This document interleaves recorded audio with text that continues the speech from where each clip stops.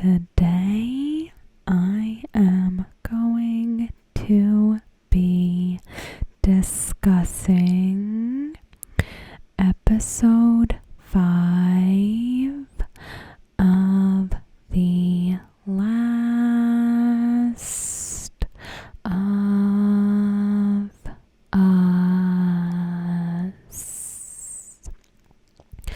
Like in previous videos, I am going to start with an episode recap and then get into the discussion. So with that, sit back, relax,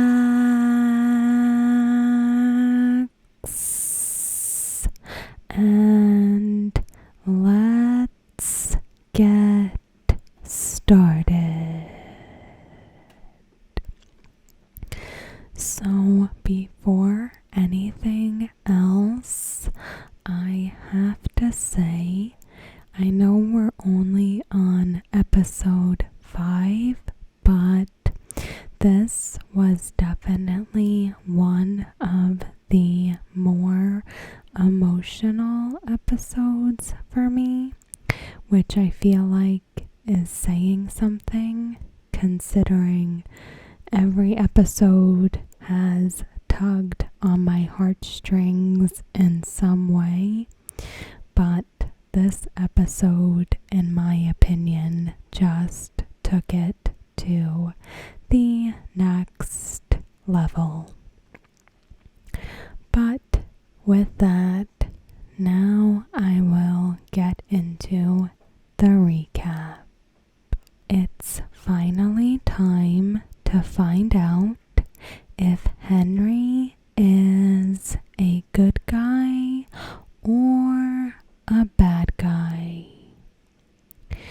Introduced by name nearly over a dozen times as rebel leader Kathleen kicked off her quest for blood, Henry ended the last episode by capturing our main duo at gunpoint. Episode 5 starts by going back in time to see the importance of Henry. Dropped in the middle of a protest that turns violent, we see Henry hiding with his younger brother Sam, who is deaf. Kathleen resents him for selling out their secrets to Fedra, and she blames him for the death of her brother. Right now, she's questioning a group of captured potential informants. Where is Henry? She asks. It's her number 1 line. Kathleen wants to send out her troops to find Henry, but her henchman Perry isn't so sure that going on a vengeance quest is the best use of their time. Fun fact, the actor who plays Perry is the voice actor for Joel's brother Tommy in the video game. Henry is not my seventh priority, Perry, she tells him. Is that what he is to you? Kathleen then makes Perry kill all of the prisoners and light their bodies on fire. This makes it seem like maybe Henry isn't the bad guy, which is then confirmed following a heartwarming scene between Henry and his brother Sam. Scared and hiding from bloodthirsty Kathleen, Henry helps Sam color the walls with crayons to fix the ugly place where they're both holed up. Jumping forward in time to their ambush of Joel and Ellie, Henry informs them, "We don't want to hurt you. We want to help you." In a tense scene, the four of them get acquainted and share food. Henry says that he can help them get out of the city in the morning, and later shares his story with Joel. He wasn't one of those evil federal government soldiers, but Henry says he was worse, adding, "I was a collaborator." Joel almost backs out because he doesn't work with rats, but Henry convinces him that they need each other if they're going to get out of Kansas City alive. "I've never killed anyone," Henry says, "and pointing a gun at you was the closest I've ever been to getting violent." Explaining his plan to Joel, Henry has Sam write tunnels on his little dry erase board instead of Henry just saying it out loud. So the group sets off down the tunnels. On their travels, Joel apologizes for calling him a rat, saying that he doesn't know his situation. Henry reveals that he only snitched Kathleen's brother so that Fedora would give him medicine for Sam, who has leukemia. Kathleen, it seems, either doesn't know this or is too blind with rage. Joel and the gang come upon a sniper, which is a great stealth level. Joel goes around through the back of the house and takes out the sniper. He gives him a chance to live, but the sniper makes a move. One successful quick time event later, and Joel kills the sniper. A big snowplow comes after Ellie, Henry, and Sam, but Joel uses the sniper's gun to take out the driver from afar. Then Kathleen and her Firefly Brigade pull up. I will come out. Just let the kids go, Henry pleads. But Kathleen is hearing none of it. No, because the girl is with the man who killed Brian, she says. I know why you did what you did, she reveals to Henry.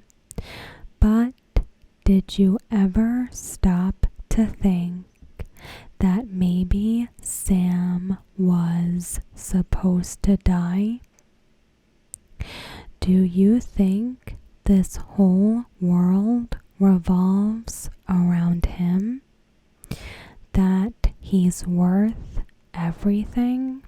She asks. It's the classic case of a villain not realizing that they're doing the exact same thing they're rallying against.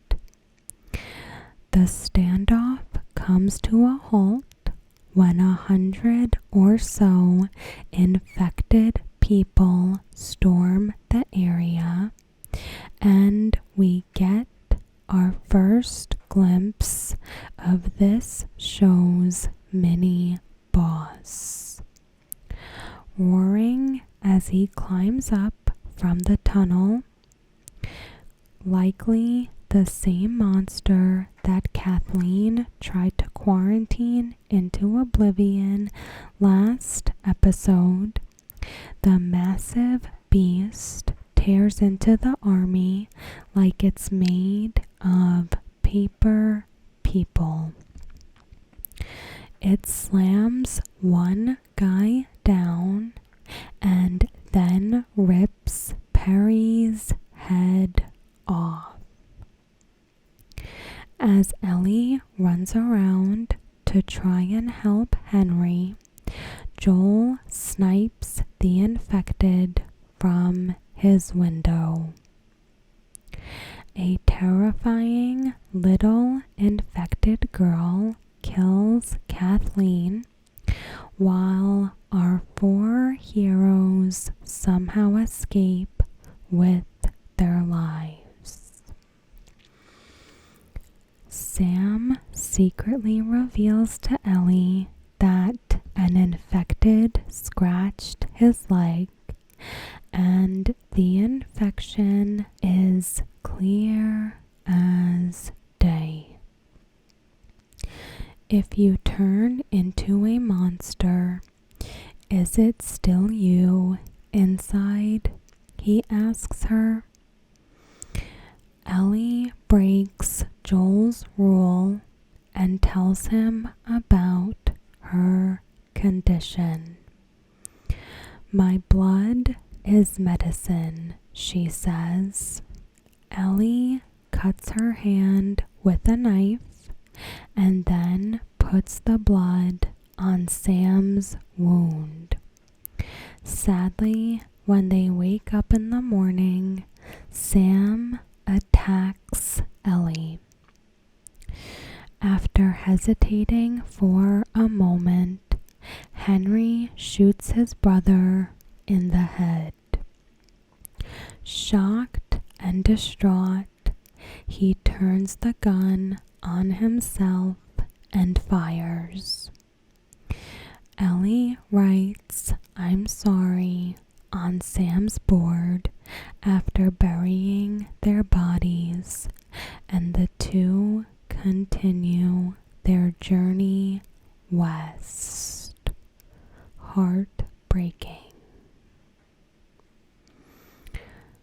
So now we will move on to the discussion.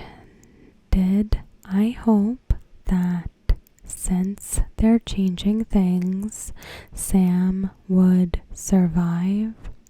Yes, but his death scene is one of the most impactful of all scenes in the game, so I'm also kind of glad it stayed.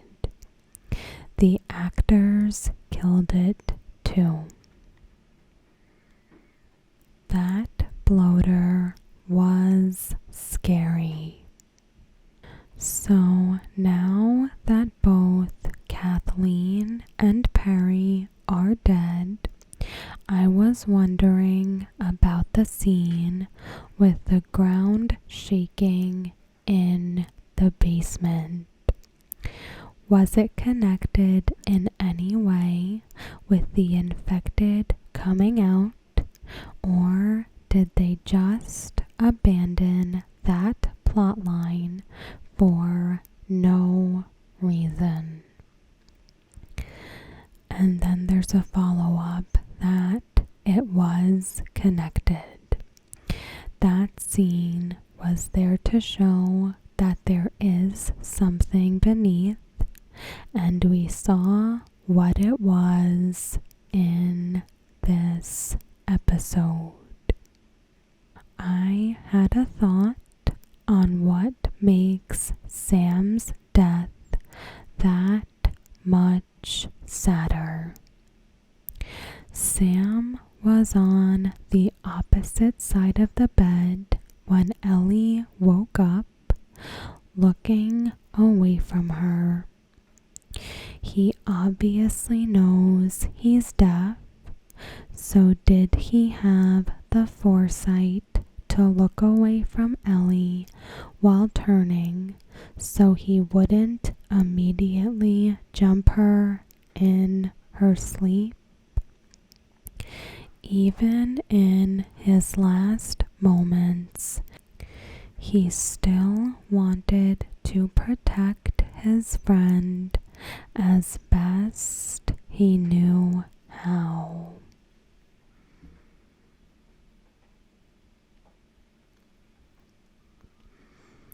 Great episode, but it's sad we didn't get to see the Stalker family.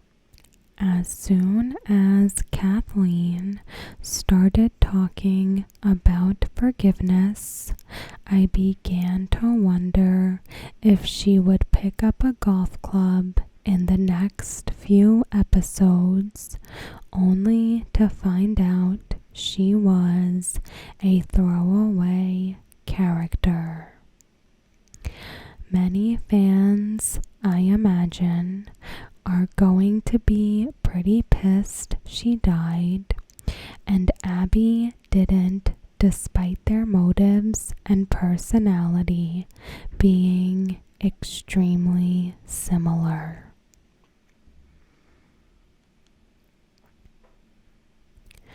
I thought it was interesting that they used a musical theme from The Last of Us Part 2 when Joel and Henry were talking in underground classrooms. I have never cried so much throughout a series. I liked most of the episode, but the ending was too much for my suspension of disbelief. That amount of infected coming out at that rate, so close to everyone, it should have ended in everyone dead in less than a minute. Kathleen remains the only thing about this show I genuinely don't like. She was insufferable after about 5 seconds, and I honestly wish she died to the bloater. that said, everything else was great. This iteration of Sam and Henry was super well done. The tunnel part with the classroom was awesome. The sniper sequence slapped. The infected hopping out of the sinkhole all at once, and the bloater was brutal. Shout out to them for giving Perry the death animation from the game. The ending.